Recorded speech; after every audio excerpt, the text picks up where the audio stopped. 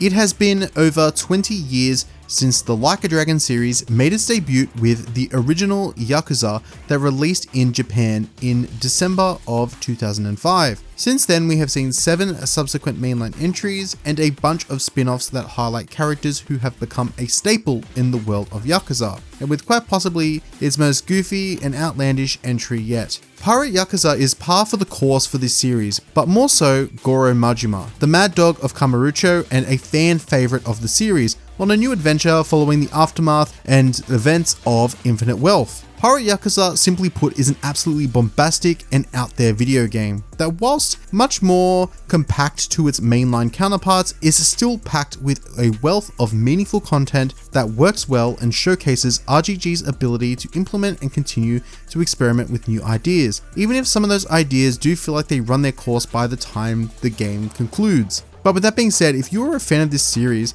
then you'll sure to find something here that you'll absolutely love. And if you are someone who is invested in this story, then there is some meaningful things to take away here from this game's narrative. So without further delay, let's get into my review for Like a Dragon, Pirate Yakuza in Hawaii. The story for Pirate Yakuza starts off following Goro Majima, a living legend and icon in the world of the Yakuza, who has washed up on the shores of Hawaii on an island called Rich Island, where he is rescued and met by a boy named Noah. It is revealed that Majima has no recollection of his past and who he is, and decides to commit to a life of piracy with his newly acquainted friend. They decide to set out on an adventure to find some treasure, some plunder, and ultimately chase down the elusive elixir of life. But more so, Majima wants to help Noah fulfill his dreams of seeing the world. The story does take some time to really get going, but it is entertaining, and once it does take off, it introduces some interesting and entertaining characters and sees the return of some series favorites that do get thrown into the mix. The story ultimately does crescendo into something that does neatly have relevance to the long-standing fans of this series and nicely wraps itself into some of the threads of Infinite Wealth and many other different areas of the broader story of Like a Dragon, and it does have its own unique elements as well that are a bit more fitting for this experience. Whilst it does offer its own unique story, I would say that Pirate Yakuza does ride on the player having knowledge of the events of Infinite Wealth primarily, and to some extent having a broader knowledge of the series, especially if you really want to get invested in Majima as a character. I do think it's nice to know who he was and the character that he was in prior games, and it's not really mandatory. I do think you can start here with him given his circumstances, but I think the more broader understanding, and if you would ask me if this is a good jumping on point for the game, I would argue no. You probably should start with either Yakuza 0 or Like a Dragon Yakuza, like that game, the 7th one, the first one with Ichiban. Those are still the two best starting points, and if you haven't played any game, this one, whilst fun in many regards, probably narratively isn't the best starting point. If there is one thing that I feel Pirate Yakuza is comparable to in many departments, particularly its narrative, it is the smaller side adventure, bite-sized feel that can be comparable to The Man Who Erased His Name, which released back in late 2023. In a similar vein to The Man Who Erased His Name, where that was the closing chapter for Kiryu as a central protagonist, Pirate Yakuza in Hawaii feels like a send-off to the cast and the series favorites like Goro Majima in a similar vein, as well as closing out some loose ends that were left open after Infinite Wealth's conclusion. Overall, I think the story is something that is bombastic, out there and crazy, and I do think that it tells and offers a unique tale, and it is really wild and random, and I do think if you are someone who loves this series, it definitely is worthwhile playing for many of the questions that you probably had at the end of Infinite Wealth, and how this game neatly ties itself back to the series.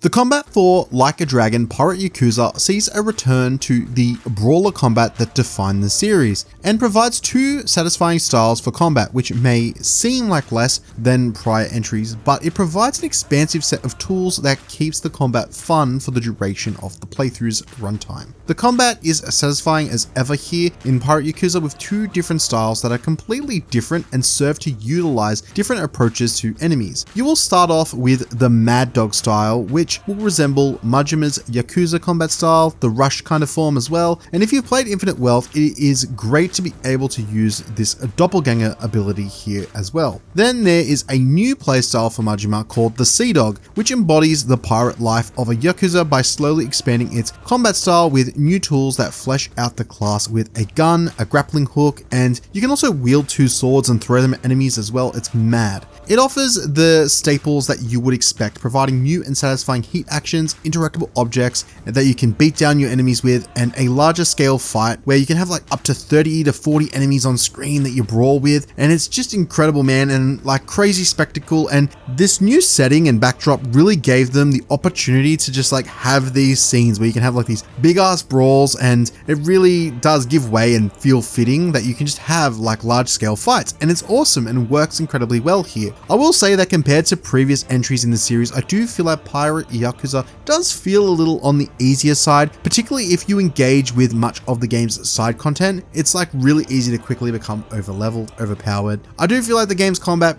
and particularly the boss encounters, will feel like a cakewalk compared to other games, where you will be melting health bars towards the later half of the game if you've done a lot of this side content. And I do feel like for many of the long-term fans and people that love playing this game, especially on harder difficulties, that this will be something that you should consider and may be a bit of a weak point. The flip side to the brawler combat and more melee combat is the inclusion to Pirate Yakuza and this new form of combat that you'll see, which is the naval combat, which has you engage with enemy ships on the seas of Hawaii. The way combat works here is that you will have machine guns which are able to fire for 4 seconds and do damage consistently to your enemy. They're like the weak attacks. And then you have your 2 big side cannons, which are the more heavy hitters. These have you pull up on the side and fire off, dealing damage to your enemy, and there's different like status effects as well and debuffs that you can apply to enemy ships, like fire, poison, weirdly, and all these different effects. There are also different types of cannons you can utilize as well through progression unlocks, like laser cannons, there's rock, like your typical cannonballs and all that type of stuff, and it's cool. There's a reasonable amount, but despite these efforts, I can't help but feel like the naval combat does come up a little short. Like, it is fun for what it is, but if you are someone who is looking for some depth in the approach to naval combat, then you may walk away disappointed here, as this aspect of the game does feel like it isn't as fleshed out as a fully fledged system, but more as a mini game. It's a lot more simplistic and arcadey, firing those cannons and ramming into your enemies, but it does feel like once you are engaged in combat and you've done it in the early hours, it doesn't really evolve much beyond that. Like, you've really experienced it all in the first 10 to 15 hours or so. However, it does tap into the overall vibe and feeling that makes you feel a part of that pirate fantasy, and it also has this unique Yakuza flavor to the whole pirate experience that does make it stand out in comparison to many other games in the genre that you could be playing. The naval biomes and locations are varied as well in their presentation, even if functionally they all are rather samey. I will say that some areas like the frozen sea do look a little rough though, like visually, and like they're not the best looking zones and stuff like that to kind of really explore. Still, it is more fun than Skull and Bones, and there is a plethora of different activities that are available to complete, and the combat does remain fun, at least through the runtime of the main story.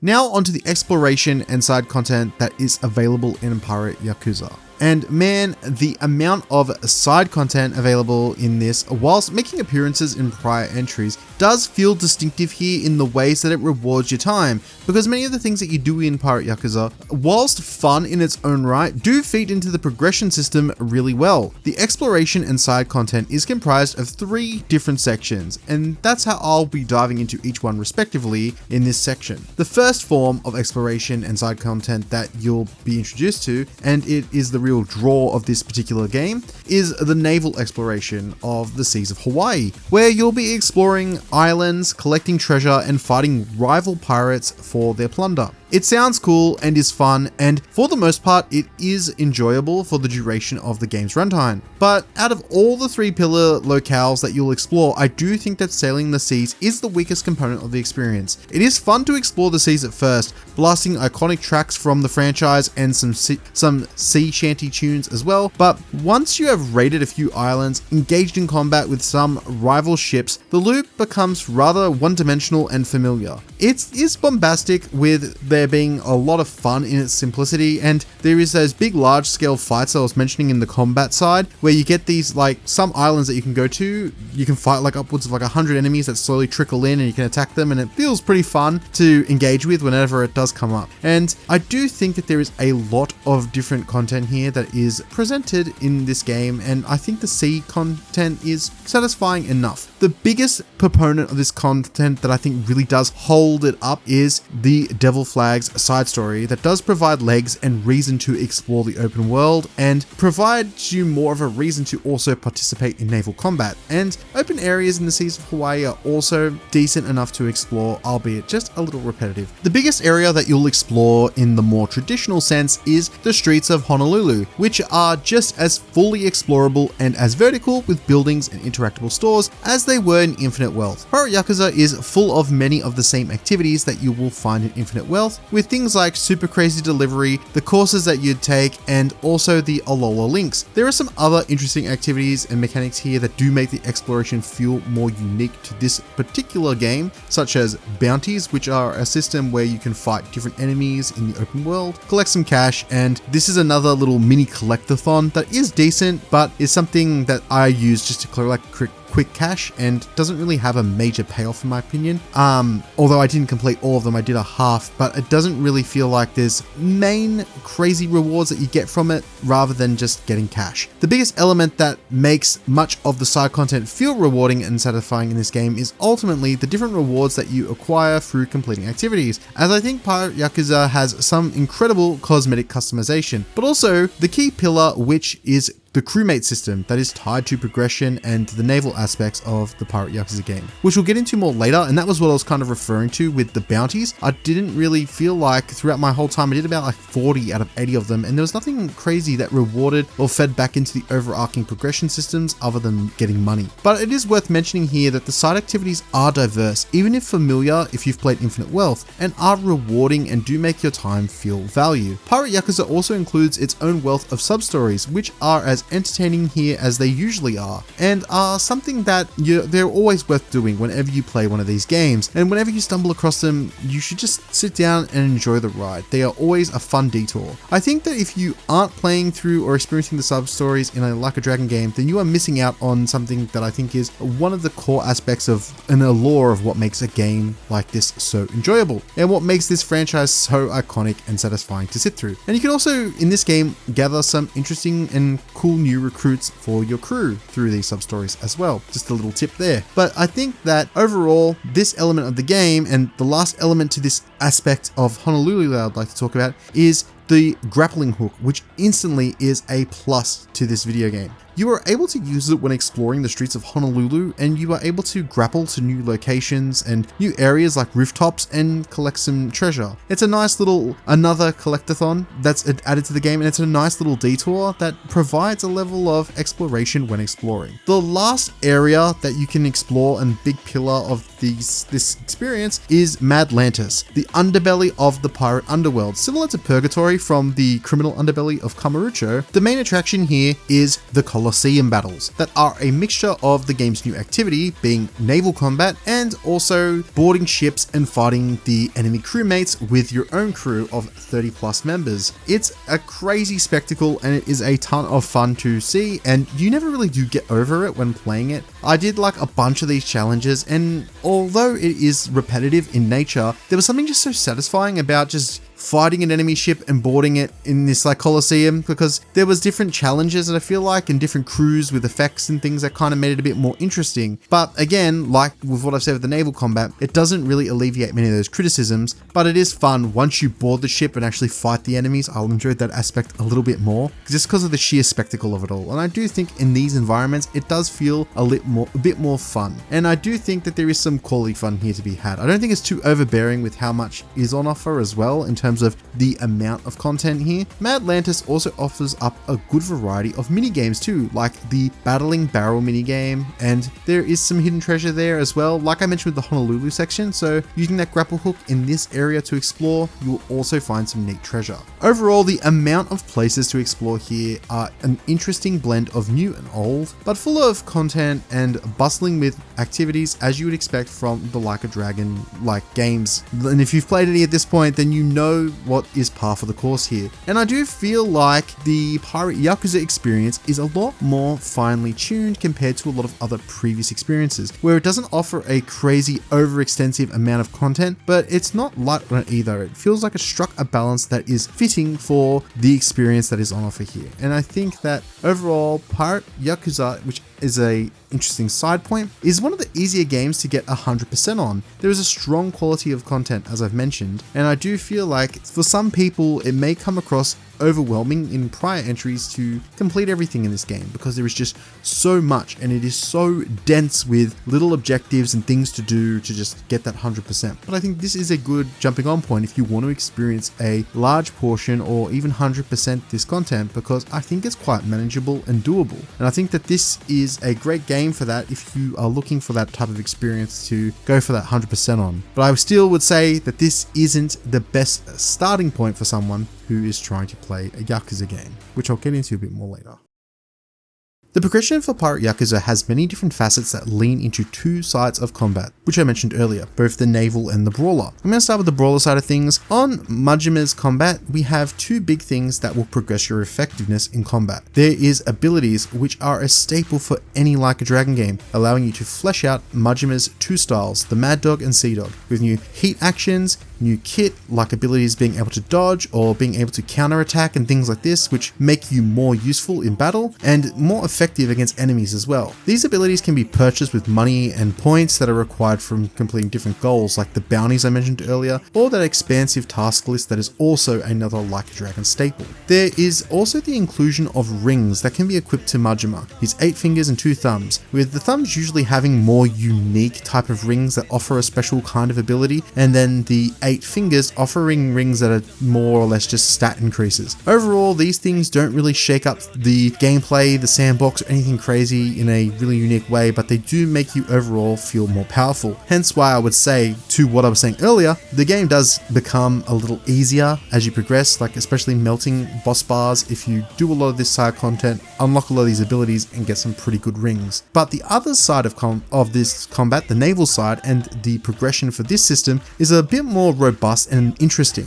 The biggest and most interesting system, the crewmate system, is where a lot of the rewards for exploring the open world come into play. So once you set out into the world with your ship, you'll be able to unlock different members that can join your team and different squads that you can assign your party members to. When you recruit a member to your crew, you'll have 4 different categories that these members will have stats for. They'll be proficient in a particular role. You can assign them to this role on your ship and have them be useful, being engaged in naval combat, like firing the cannons or repairing your ship. But then alternatively, they can be well versed in combat. You can have them positioned to assist you when you board and attack enemy ships, fighting alongside you. It's awesome, and it's pretty awesome to see these party members fighting when you're in the midst of battle. There is also another dimension to the system as well, as you'll have different tiered pirates, having different pirates that can go up to level 20, 30, and 40, and then them being tiered accordingly, going bronze, silver, and gold. But it isn't just this ranking system that defines their proficiency, but if you go on the more combat side instead of naval, you'll have 4 different groups that they are broken into as well, with them being categorized as red, which is melee DPS, purple, which is range DPS, blue, tanks, and the green healers. And this makes for a more interesting and continual growth of your team composition. And whilst a lot of it does feel like it boils down to stat boosts, I feel like the overall system is just quite satisfying in this really interesting way. And you feel like you unlock a new interesting pirate member from going and doing something in the world, and you're like, oh, I've got to add him into my composition. It overall doesn't feel like you are making monumental growth and change in this level of efficiency, but it feels like it's satisfying in this way where you feel like you have this right level of control, but it isn't so in the weeds that you feel like you get the right composition, you jump in, and then there's that spectacle and fun. And I think, again, the big selling point of this system and overall is that spectacle, and seeing all of these characters that you've collected across your journey jump across the deck with you, and many of them being iconic, recognizable characters. If you're familiar with this series, particularly the latest 2 entries, then you'll see a lot of people that you're like, oh, it's that character or it's that character, and they come by, and it's really interesting and fun. And I think the fun factor for this side of the game really does shine, even if the system itself isn't arguably the most complex.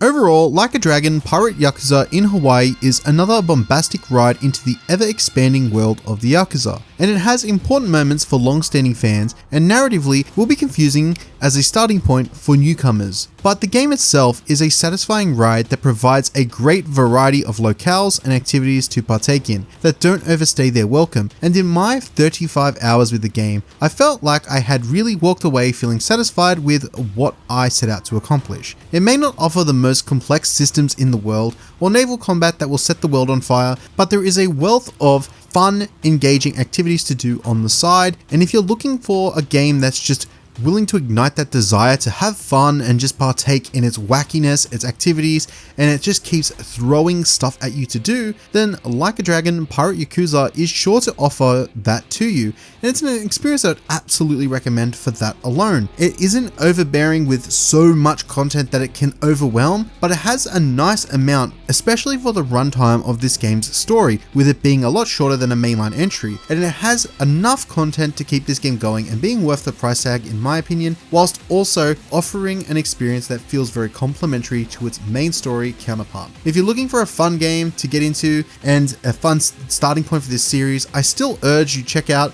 or start with Yakuza 0 or Yakuza Like a Dragon before jumping into this game. But if you have nothing else to play and you're wanting to jump into this game, or you're a long-standing fan, there is no doubt that you will be satisfied, at least from a gameplay perspective, with what Pirate Yakuza offers you, and it's a game that I absolutely recommend you check out at some point. Thanks for watching as always, and I will see you in the next video. I'm working on a few right now, and I've been making my way through a lot of those new releases, as well as playing a bunch of older games and going back. And yeah, I'm gonna have some interesting videos out in the next few months and the next coming weeks. So I'll see you then in the next one, and thank you for watching. If you did like this video, make sure to hit that sub button or let me know what your thoughts down below. Thanks again for watching. Bye.